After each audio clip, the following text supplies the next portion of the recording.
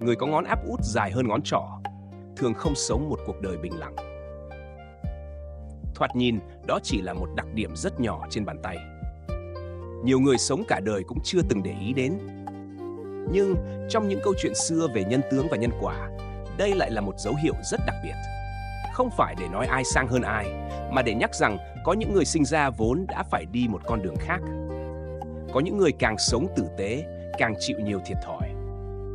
Có những người luôn giúp người khác bằng tất cả chân thành, nhưng đến lúc bản thân gục ngã, lại không biết dựa vào ai. Cũng có những người từ nhỏ đã phải trải qua cảm giác cô độc rất sớm. Họ hiểu chuyện quá nhanh, trưởng thành quá sớm, luôn mang trong lòng một nỗi buồn khó gọi tên. Nhìn bên ngoài có thể bình thường, nhưng sâu bên trong lúc nào cũng như đang mang theo một điều gì rất nặng. Và điều lạ là, càng lớn lên, họ càng thấy cuộc đời mình giống như luôn phải đi đường vòng. Muốn bình yên, lại gặp biến cố. Muốn sống đơn giản, lại liên tục bị thử thách. Muốn yêu thương thật lòng, lại thường là người tổn thương nhiều nhất.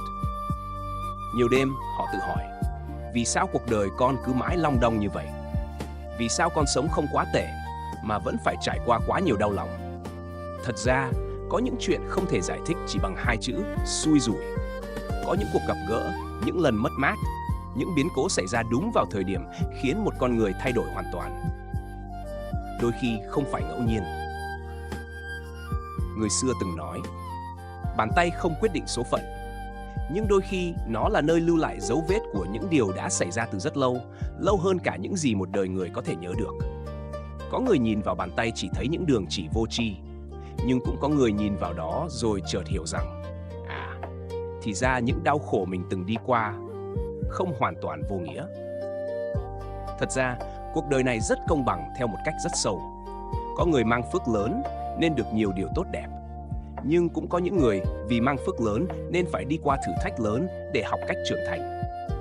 Giống như vàng phải qua lửa mới sáng. Người mang nhiều nhân duyên lớn thường không thể sống một đời quá dễ dàng. Và trong nhân tướng học phương Đông, người có ngón áp út dài hơn ngón trỏ thường được nhắc đến như một kiểu người đặc biệt như thế. Họ có thể trải qua ít nhất một lần rơi xuống đáy cuộc đời, ít nhất một lần mất hết niềm tin vào con người, ít nhất một lần tưởng rằng mình không thể bước tiếp. Nhưng cũng chính những con người ấy, sau tất cả biến cố, lại thường trở thành người sống sâu sắc nhất, bao dung nhất và hiểu cuộc đời nhất. Bởi vì có những bài học chỉ đau đớn mới dạy được con người. Và có những sự thức tỉnh chỉ xuất hiện sau những lần tan vỡ. Người mang dấu hiệu này thường sẽ đi qua 5 nhân quả rất lớn trong đời. Có nhân quả là phúc, có nhân quả là thử thách, có nhân quả khiến con bật khóc trong tuyệt vọng. Nhưng cũng có nhân quả, sau khi đi qua rồi, một con người sẽ không còn sống như cũ nữa. Trước khi nghe tiếp, con hãy thử nhìn bàn tay mình một lần. Nếu ngón áp út dài hơn ngón trỏ, hãy để lại. Tôi đang lắng nghe. Biết đâu, đây không phải ngẫu nhiên con nhìn thấy video này. Người có ngón áp út dài hơn ngón trỏ, trong nhân tướng học phương Đông từ lâu đã được xem là kiểu người mang nhiều nội tâm và nhiều nghiệp duyên hơn người khác. Điều này không phải để khẳng định ai tốt hơn ai, cũng không phải để thần thánh hóa một dấu hiệu trên cơ thể, mà là bởi vì người xưa tin rằng có những đặc điểm rất nhỏ trên thân thể, đôi khi phản ánh phần nào khí chất và hành trình mà một con người phải đi qua trong đời. Người mang dấu hiệu này thường sống bằng cảm xúc rất nhiều.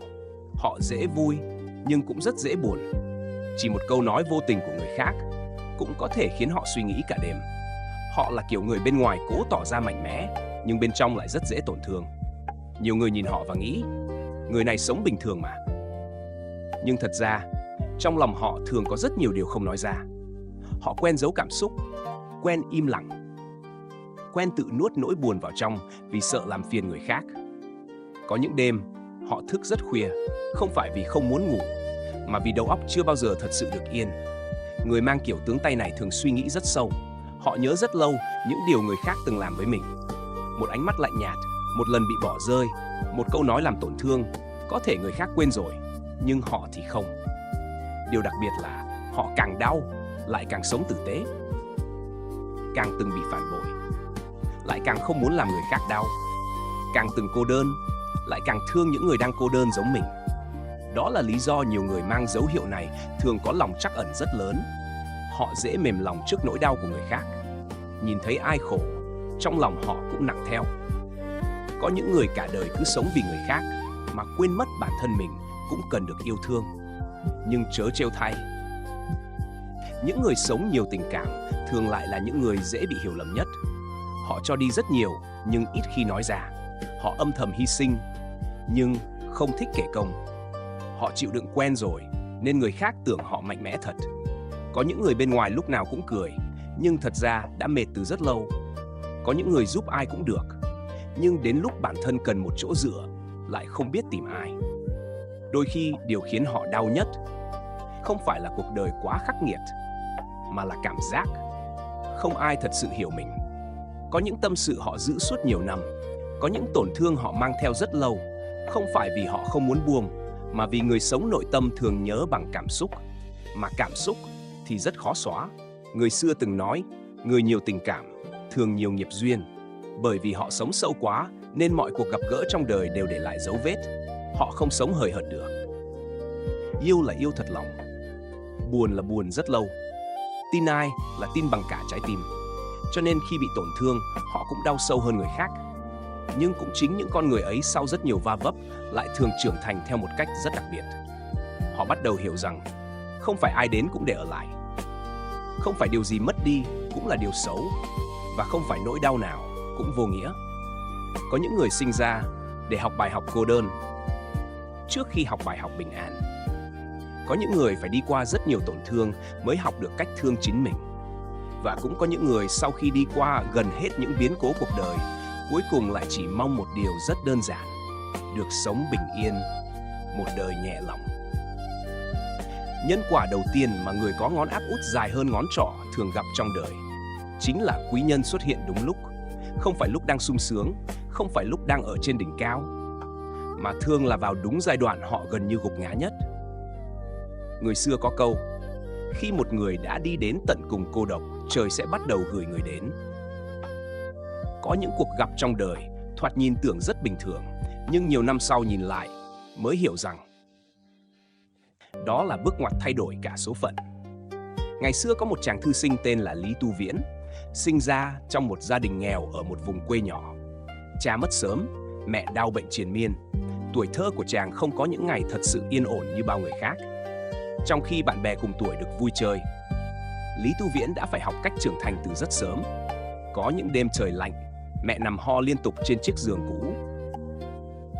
Còn chàng thì ngồi dưới ánh đèn dầu chập chờn, vừa đọc sách, vừa lo ngày mai trong nhà không còn gạo. Nhưng điều lạ là, dù cuộc sống khó khăn đến đâu, chàng vẫn chưa từng oán trách ai. Ra đường gặp người nghèo hơn mình, vẫn sẵn lòng giúp. Có bát cơm, cũng chia người khác một nửa. Có lần giữa trời mưa lớn, chàng gặp một ông lão ăn xin ngồi co ro bên đường. Lúc đó bản thân chàng cũng đang đói, nhưng cuối cùng vẫn đưa phần bánh cuối cùng mình mang theo cho ông lão ấy. Nhiều người nói chàng dại, đến bản thân còn lo chưa xong, lại cứ nghĩ cho người khác. Nhưng có lẽ chính những điều thiện nhỏ bé ấy đã âm thầm gieo xuống những hạt nhân quả mà chàng không hề biết. Cuộc đời Lý Tu Viễn không hề dễ dàng. Có những giai đoạn chàng đã muốn từ bỏ tất cả, thi trượt, bị coi thường, bị người khác chê nghèo. Có lúc đứng giữa phố đông mà cảm giác như cả thế gian không có chỗ cho mình. Điều đau nhất của người sống nội tâm không phải nghèo, mà là cảm giác bản thân đã cố gắng rất nhiều nhưng vẫn không ai nhìn thấy. Có một đêm, Lý Tu Viễn ngồi một mình trước ngôi chùa cũ trên núi. Trời rất lạnh, sương phủ trắng cả lối đi. Chàng nhìn đôi bàn tay chai sạn của mình rồi bật cười buồn. Có lẽ cuộc đời này mình cố thêm nữa cũng vô ích thôi. Đó là lần đầu tiên chàng thật sự muốn buông xuôi. Nhưng cũng chính vào đêm hôm ấy, một người đã xuất hiện. Đó là một vị lão sư sống ẩn cư trên núi nhiều năm. Ông không hỏi chàng vì sao đau khổ, cũng không giảng đạo lý cao siêu. Ông chỉ lặng lẽ nhìn bàn tay chàng rất lâu, rồi nói một câu: người như con, khổ không phải vì kém cỏi, mà vì số phận đang dạy con trưởng thành theo cách khó nhất. Lý Tu Viễn im lặng.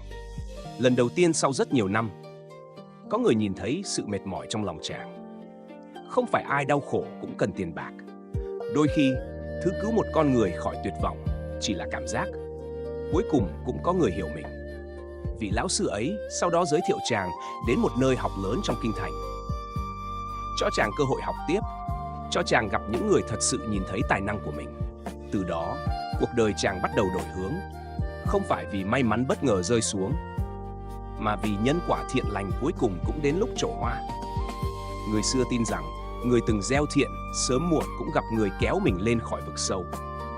Quý nhân trong đời không nhất thiết phải là người giàu có khi chỉ là một người nói đúng một câu vào đúng thời điểm mình tuyệt vọng nhất. Có khi chỉ là một bàn tay chìa ra khi cả thế giới đều quay lưng. Và điều kỳ lạ là, những người có ngón áp út dài hơn ngón trỏ thường rất dễ gặp kiểu nhân duyên ấy. Bởi vì sau tất cả những đau khổ họ từng chịu, trời vẫn để dành cho họ một cánh cửa, một người, một cơ hội, một cuộc gặp đủ để thay đổi cả cuộc đời. Nếu cuộc đời bạn từng có một người giúp mình trong lúc tuyệt vọng nhất, hãy để lại: tôi từng được cứu. Đôi khi, chỉ một người xuất hiện đúng lúc cũng đủ thay đổi cả cuộc đời. Nhân quả thứ hai cũng là nhân quả khiến nhiều người đau nhất. Đó là biến cố lớn không thể tránh. Người xưa từng nói, phúc càng dày, thử thách càng sâu. Có những người sinh ra không phải để sống một cuộc đời bằng phẳng, mà là để đi qua giông bão, rồi từ trong giông bão học cách hiểu đời. Sau khi được quý nhân giúp đỡ, cuộc đời Lý Tu Viễn bắt đầu thay đổi. Chàng học giỏi hơn, được nhiều người biết đến hơn. Cuối cùng cũng bước được vào nơi mà ngày trước chàng từng nghĩ cả đời mình không đủ tư cách để chạm tới. Nhưng cũng từ đó, sóng gió bắt đầu xuất hiện. Đời người lạ lắm, lúc nghèo khó, ít ai để ý. Nhưng khi bắt đầu có chút thành tựu, cũng là lúc lòng người dần thay đổi. Có người từng cười nói thân thiết, bỗng quay sang đố kỵ. Có người từng xem mình là bạn, lại bắt đầu ganh ghét âm thầm. Và đau nhất là những vết thương đến từ người mình từng tin tưởng nhất. Lý Tu Viễn là người sống thẳng tính, không quen giả tạo, không biết nịnh bợ. Chính vì vậy, chàng dần trở thành cái gai trong mắt nhiều kẻ. Có lần, một người huynh đệ từng cùng chàng vượt qua những ngày nghèo khó, vì muốn bảo vệ vị trí của bản thân, đã đổ hết sai lầm lên đầu chàng. Chỉ trong một đêm, từ người được kính trọng, Lý Tu Viễn trở thành kẻ bị nghi ngờ, bị hiểu lầm, bị xa lánh. Điều đau nhất không phải là mất danh tiếng, mà là phát hiện ra không phải ai từng đi cùng mình cũng thật lòng với mình. Có những người lúc hoạn nạn thì rất tốt, nhưng khi lợi ích xuất hiện, lòng người cũng đổi thay. Lý Tu Viễn bắt đầu rơi xuống những tháng ngày tối tăm nhất cuộc đời. Mẹ mất, bạn rời đi, danh dự bị tổn thương, những người từng thân thiết dần tránh mặt. Có những ngày chàng đi giữa phố đông mà cảm giác như cả thế gian chẳng còn nơi nào thuộc về mình. Nỗi đau của người sống nội tâm thường rất âm thầm. Họ không khóc trước mặt ai, không kể hết những gì mình đang chịu đựng. Họ chỉ lặng lẽ im lặng, rồi tự gánh lấy tất cả. Có những đêm, Lý Tu Viễn ngồi một mình rất lâu dưới hiên nhà, không nói gì, chỉ nhìn trời tối, bởi vì có những nỗi đau không biết phải bắt đầu kể từ đâu. Người từng trải qua cảm giác này sẽ hiểu, điều đáng sợ nhất không phải nghèo, mà là cảm giác mình đang dần mất hết mọi thứ. Có những giai đoạn, con người ta mệt đến mức không còn muốn giải thích nữa. Bị hiểu lầm cũng im lặng, bị tổn thương cũng im lặng. Bởi vì họ biết, người muốn hiểu thì không cần giải thích, còn người không muốn hiểu, nói bao nhiêu cũng vô ích. Nhưng chính trong những giai đoạn tối tăm ấy, một con người mới thật sự bắt đầu trưởng thành. Người càng mang phúc lớn, thường càng phải đi qua thử thách sâu. Bởi vì có những điều, nếu không thật sự đau, con người sẽ không bao giờ thức tỉnh. Có những người chỉ sau một biến cố mà tính cách thay đổi hoàn toàn. Từ vô tư thành trầm lặng, từ dễ tin người thành cẩn trọng, từ mong được yêu thương thành chỉ mong lòng mình bình yên. Lý Tu Viễn cũng như vậy. Sau những phản bội và mất mát, chàng không còn là chàng trai ngây ngô năm xưa nữa. Chàng bắt đầu hiểu rằng không phải ai cười với mình cũng thật lòng. Không phải ai ở bên mình lúc vui cũng sẽ ở lại lúc mình rơi xuống đáy. Và không phải cuộc gặp nào cũng có kết thúc đẹp. Có những giai đoạn không ai cứu được mình ngoài chính mình. Người khác có thể an ủi, có thể động viên, có thể thương mình, nhưng cuối cùng người phải tự đứng dậy vẫn là bản thân mình. Tai ương đôi khi không phải hình phạt mà là cách cuộc đời buộc ta trưởng thành. Bởi vì có những người nếu không đi qua đau khổ sẽ mãi sống bằng cái tôi non nớt. Nếu không bị phản bội sẽ không hiểu lòng người. Nếu không từng cô độc sẽ không biết quý bình an. Người mang nhiều nghiệp duyên thường không trưởng thành bằng năm tháng, mà trưởng thành bằng những lần tan vỡ. Có những đêm tưởng như không vượt qua nổi. Có những lần đau đến mức chỉ muốn biến mất khỏi thế giới này. Nhưng rồi cuối cùng, họ vẫn bước tiếp.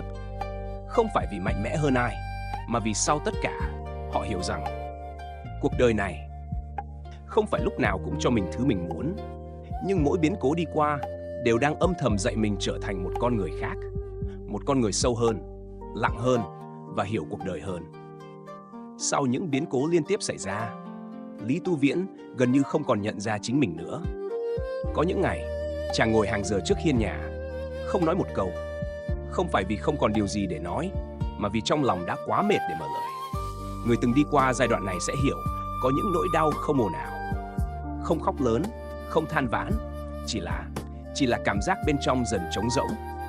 Mỗi sáng thức dậy, không còn biết mình cố gắng tiếp để làm gì.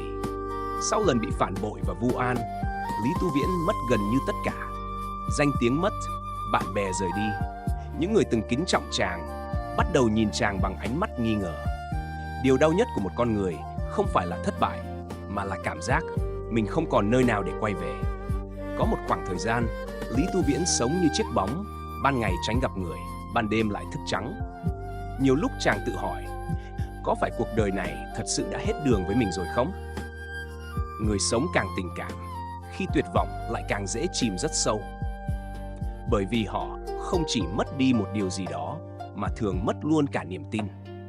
Nhưng cuộc đời kỳ lạ ở chỗ, có những lúc một con người tưởng như đã mất hết, thì nhân duyên cũ lại bắt đầu quay về.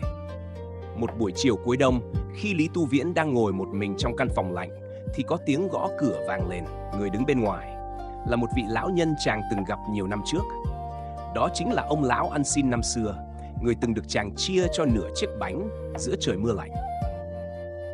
Nhưng lúc này, ông không còn là một người ăn xin nữa. Ông là quản gia của một gia tộc lớn trong kinh thành. Ông nhìn Lý Tu Viễn rất lâu rồi khẽ nói, ta tìm con nhiều năm rồi. Hóa ra năm đó, sau khi được chàng giúp đỡ, ông đã luôn ghi nhớ ân tình ấy. Về sau được một gia tộc nhận vào làm việc, cuộc sống đổi khác. Nhưng ông chưa từng quên chàng trai nghèo năm nào đã cho mình phần ăn cuối cùng trong lúc chính bản thân cũng đói. Có những điều thiện, lúc làm ta nghĩ rất nhỏ, nhưng nhân quả chưa từng quên. Ông lão đưa cho Lý Tu Viễn một lá thư giới thiệu chàng đến gặp một người rất có uy tín trong triều đình. Chính cuộc gặp ấy đã thay đổi toàn bộ cuộc đời chàng lần nữa. Những hiểu lầm dần được sáng tỏ, sự thật dần được nhìn thấy, và người từng bị đẩy xuống đáy cuối cùng lại có cơ hội bước lên lần nữa. Lúc ấy, Lý Tu Viễn mới thật sự hiểu một điều tốt mình từng làm không biến mất, nó chỉ quay về hơi muộn. Người đời thường nghĩ nhân quả phải đến ngay mới gọi là nhân quả, nhưng thật ra có những hạt giống phải rất lâu sau mới nở hoa. Có những điều tốt trời giữ lại, đợi đúng lúc tuyệt vọng nhất mới gửi về, để cứu một con người khỏi vực sâu. Đó là lý do vì sao nhiều người sau khi đi qua gần hết đau khổ cuộc đời lại bất ngờ gặp được một cơ hội đổi đời. Một người giúp đỡ, một cánh cửa mở ra, một điều tốt đẹp đến đúng lúc mình tưởng như không thể chịu nổi nữa. Không phải ngẫu nhiên, mà là nhân quả đang âm thầm quay lại. Người có ngón áp út dài hơn ngón trỏ thường mang kiểu nhân duyên rất lạ như vậy. Họ có thể bị cuộc đời dồn đến tận cùng, nhưng rất hiếm khi bị bỏ rơi hoàn toàn. Bởi vì sau tất cả, trời vẫn để dành cho họ một con đường sống, một ánh sáng nhỏ, một bàn tay chìa ra đúng lúc. Có thể hôm nay con rất mệt, rất cô đơn, rất thất vọng về cuộc đời. Có thể con cảm thấy mình đã cố gắng quá lâu mà mọi thứ vẫn chưa tốt lên. Nhưng biết đâu, điều tốt đẹp đang trên đường tới. Biết đâu, có một nhân duyên nào đó đang âm thầm quay lại để giúp con vượt qua giai đoạn này. Cho nên, đừng vội tuyệt vọng. Đừng vội nghĩ rằng cuộc đời đã hết hy vọng. Vì đôi khi, ánh sáng xuất hiện đẹp nhất là sau những ngày tối nhất. Và có những con người chỉ sau khi chạm đến tận cùng đau khổ mới thật sự bước vào giai đoạn thay đổi số phận của mình. Sau lần được cứu khỏi vực sâu tuyệt vọng, cuộc đời Lý Tu Viễn dần bước sang một giai đoạn khác. Không còn là chàng thư sinh nghèo bị người đời xem thường năm nào nữa. Nhờ tài năng và sự điềm tĩnh sau những biến cố lớn, chàng bắt đầu được trọng dụng. Tên tuổi dần được nhiều người biết đến. Có vị trí, có danh tiếng, có những thứ mà trước đây chàng từng nghĩ cả đời mình sẽ không bao giờ có được. Nhưng điều lạ là càng thành công, Lý Tu Viễn lại càng sống trầm lặng hơn. Chàng không còn háo hức chứng minh bản thân với ai, không còn thích tranh hơn thua, không còn cố gắng để được tất cả mọi người công nhận. Bởi vì sau quá nhiều mất mát, chàng hiểu một điều. Những thứ con người cố giữ nhất đôi khi lại là thứ rời đi nhanh nhất. Người từng đau sâu thường sống rất nhẹ, không phải vì họ không còn cảm xúc, mà vì họ đã hiểu thế nào là vô thường. Có những người trước khi trải qua biến cố luôn nghĩ rằng chỉ cần có tiền bạc, danh vọng thì cuộc đời sẽ hạnh phúc. Nhưng sau khi mất đi quá nhiều, họ mới hiểu có những đêm nằm ngủ bình yên thôi đã là một loại phúc lớn. Lý Tu Viễn bắt đầu sống khác, vẫn làm việc, vẫn giúp người, vẫn hoàn thành trách nhiệm của mình. Nhưng trong lòng không còn quá chấp vào được mất. Có lần một người hỏi chàng, sau tất cả những gì đã trải qua, điều huynh muốn nhất bây giờ là gì? Lý Tu Viễn im lặng rất lâu rồi đáp, chỉ mong lòng mình được yên. Người chưa từng đau thường thích chứng minh mình đúng. Người từng đi qua nhiều biến cố thường chỉ muốn sống bình an. Bởi vì họ hiểu hơn thua với cuộc đời, cuối cùng cũng chẳng giữ lại được gì. Có những người trẻ sợ mình thua người khác. Nhưng người từng trải rồi mới hiểu, thứ đáng sợ nhất không phải là nghèo, mà là đánh mất chính mình. Nhiều người vượt qua nghèo khó được, nhưng lại đánh mất mình khi có tất cả. Lúc chưa có tiền, họ sống rất tử tế. Lúc chưa thành công, họ rất khiêm nhường. Nhưng khi bắt đầu có vị trí, có quyền lực, có nhiều người tung hô, họ dần trở thành một con người khác, kiêu ngạo hơn, lạnh lùng hơn, thậm chí quên luôn cả những ngày mình từng khổ thế nào. Đó là lý do người xưa nói, qua được nghèo khó, chưa chắc đã khó bằng qua được lòng tham. Sau những gì đã trải qua, Lý Tu Viễn bắt đầu hiểu rất rõ điều đó. Chàng thấy nhiều người vì danh mà phản bội nhau, vì lợi mà quay lưng với nhau. Hôm nay còn cười nói, ngày mai đã sẵn sàng hại nhau chỉ vì quyền lực. Nhìn quá nhiều đổi thay của lòng người, chàng dần hiểu, danh vọng thật ra rất nhẹ. Nhẹ đến mức một biến cố là mất, một lời vu oan là mất, một lần thời thế đổi thay, mọi thứ cũng có thể biến mất như chưa từng tồn tại. Chỉ có nhân cách mới là thứ còn lại lâu nhất. Cho nên từ đó, Lý Tu Viễn không còn cố sống để hơn ai nữa. Chàng bắt đầu học cách sống chậm, ít nói hơn, ít phán xét hơn, ít kỳ vọng vào lòng người hơn, nhưng lại bao dung hơn rất nhiều.